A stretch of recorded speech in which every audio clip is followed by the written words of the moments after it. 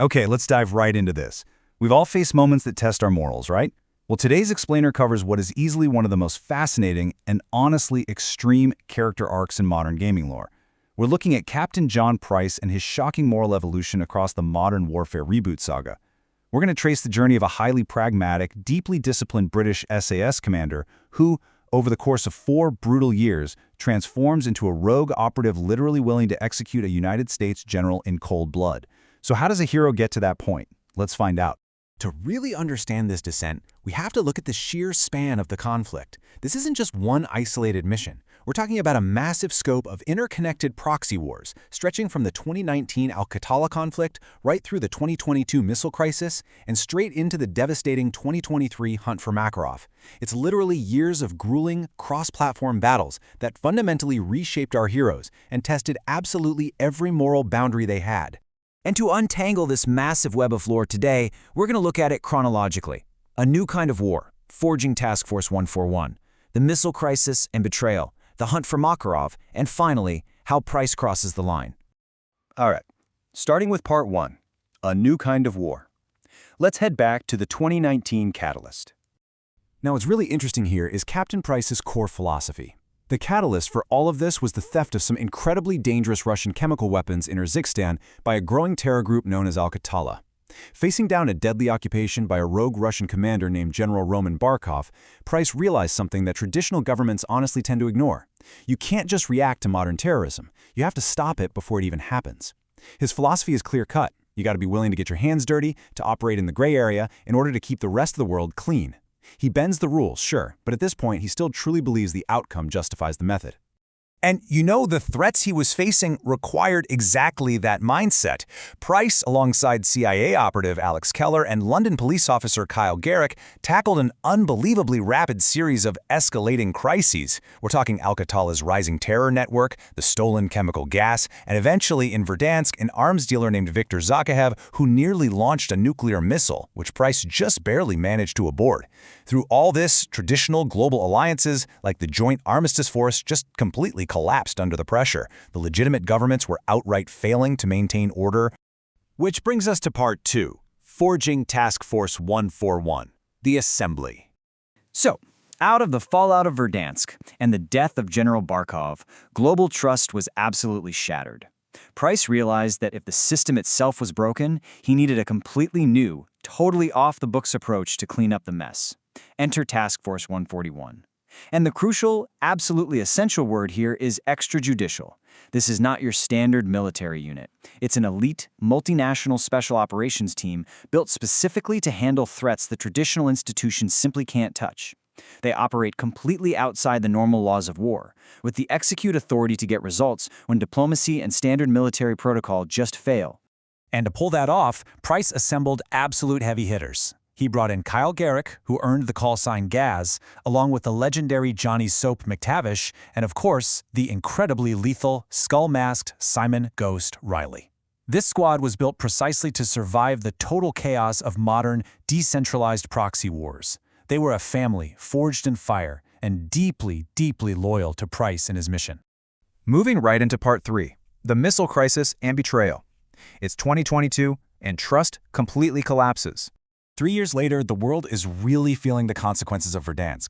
Task Force 141 gets deployed to track down Major Hassan Ziani, a new terror leader who took over Al-Qatala and somehow secured stolen American ballistic missiles. To get them back, Price's team is paired with Shadow Company. And this brilliantly illustrates a massive contrast. On one side, you've got Philip Graves and his Shadow Company mercenaries, presenting themselves as these clean-cut, pragmatic American allies. But behind the scenes, you have General Herschel Shepard. Shepard and Graves actually lost those missiles during an illegal, off-the-books shipment meant to trigger a proxy war with Russia. The public face of their alliance completely masked a devastating lack of moral restraint and a massive political cover-up.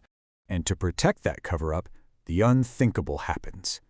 Down in Mexico, Graves and Shadow Company suddenly turn their guns on Task Force 141 and their ally, Mexican Special Forces Commander Alejandro Vargas. Under General Shepard's direct orders, Graves forcefully seizes their base. It is a shocking, totally brutal betrayal that forces Captain Price to literally fight his own supposed allies just to survive. The sequence of events that follows is rapid and intensely tactical. First, they have to survive a harrowing ambush by Shadow Company. Second, they track Hassan down to a skyscraper in Chicago. And finally, they disarm a live ballistic missile at the literal last possible second, while Ghost takes Hassan out with a sniper shot. The missiles are recovered and the conspiracy is exposed. But man, the damage to Price's worldview, it is profound. That takes us to Part 4, the hunt for Makarov. Fast forward to 2023, and it's just ultimate chaos. Because while Price was dealing with Shepard, a much larger threat was quietly pulling strings in the background. Russian ultranationalist Vladimir Makarov. Makarov orchestrates his own breakout from a maximum security Russian gulag in Operation 627. And look, his operations are completely distinct from past enemies. He doesn't just run a gang, he commands an entire sprawling, decentralized ecosystem known as the Coney Group. He secures chemical weapons from the Xi Observatory, and he coordinates global sleeper agents hidden inside legitimate organizations using totally untraceable burner phones. His whole network is designed to survive, even if individual leaders are taken off the board. The contrast between these two leaders is just staggering. Captain Price relies on tactical precision, highly focused strikes, and an intense loyalty to his squad to maintain order. Vladimir Makarov, on the other hand, thrives on ideological chaos, global burner networks, and total systemic disruption. The traditional military tactics of the West are easily outmaneuvered here, simply because Makarov directly attacks the very systems of trust that hold nations together. Which brings us to our final section, Part 5, Price Crosses the Line, the Climax and Execution. By late 2023, the heavy toll of this shadow war finally breaks Task Force 141. The devastating breaking point, Johnny Soap McTavish, Price's protege, his friend, a core pillar of the 141, is killed in action. Now think back to 2019. Price's philosophy was, you survive whatever it takes. But juxtapose that early philosophy against this bleak reality in 2023. Sure, Task Force 141 saved countless lives, but look at the actual cost. Makarov is still alive, the Coney Group is still operating, Soap is dead, and the intelligence agencies and governments they trusted have completely and utterly failed them. Price is forced to accept a terrifying reality. The system is permanently broken. Now, he'd always operated in the gray area, right? Bending rules, threatening insurgents, launching unauthorized strikes. But he did all of that believing that justice was the ultimate end goal. After Soap's death, that illusion just vanishes. For Price, the gray area consumes absolutely everything. This is the exact moment he stops trying to bring people to justice. Instead, he decides he has to fully embrace the monster he needs to be to end the corruption himself. And this leads to a climax that plays out like the tensest mission briefing imaginable. Captain Price covertly breaches the highly secure office of General Shepard. Shepard, who is still entirely obsessed with his legacy, defends all of his corrupt actions, his cover-ups, and his betrayals as patriotism, claiming he's on the right side of history. But Price doesn't argue with him. He doesn't try to arrest him. Price just draws his silenced pistol and extrajudicially executes an American general in cold blood. In that single instant, the revered commander of Task Force 141 officially becomes a wanted criminal, a fugitive on the run. Which leaves us with this final, genuinely chilling question. Has Captain Price become the exact monster he was built to destroy? I mean, he started out by crossing lines just to keep the world clean. But in the end, he lost his faith in the institutions entirely, adopting the exact same ruthless autonomy as the villains he was hunting.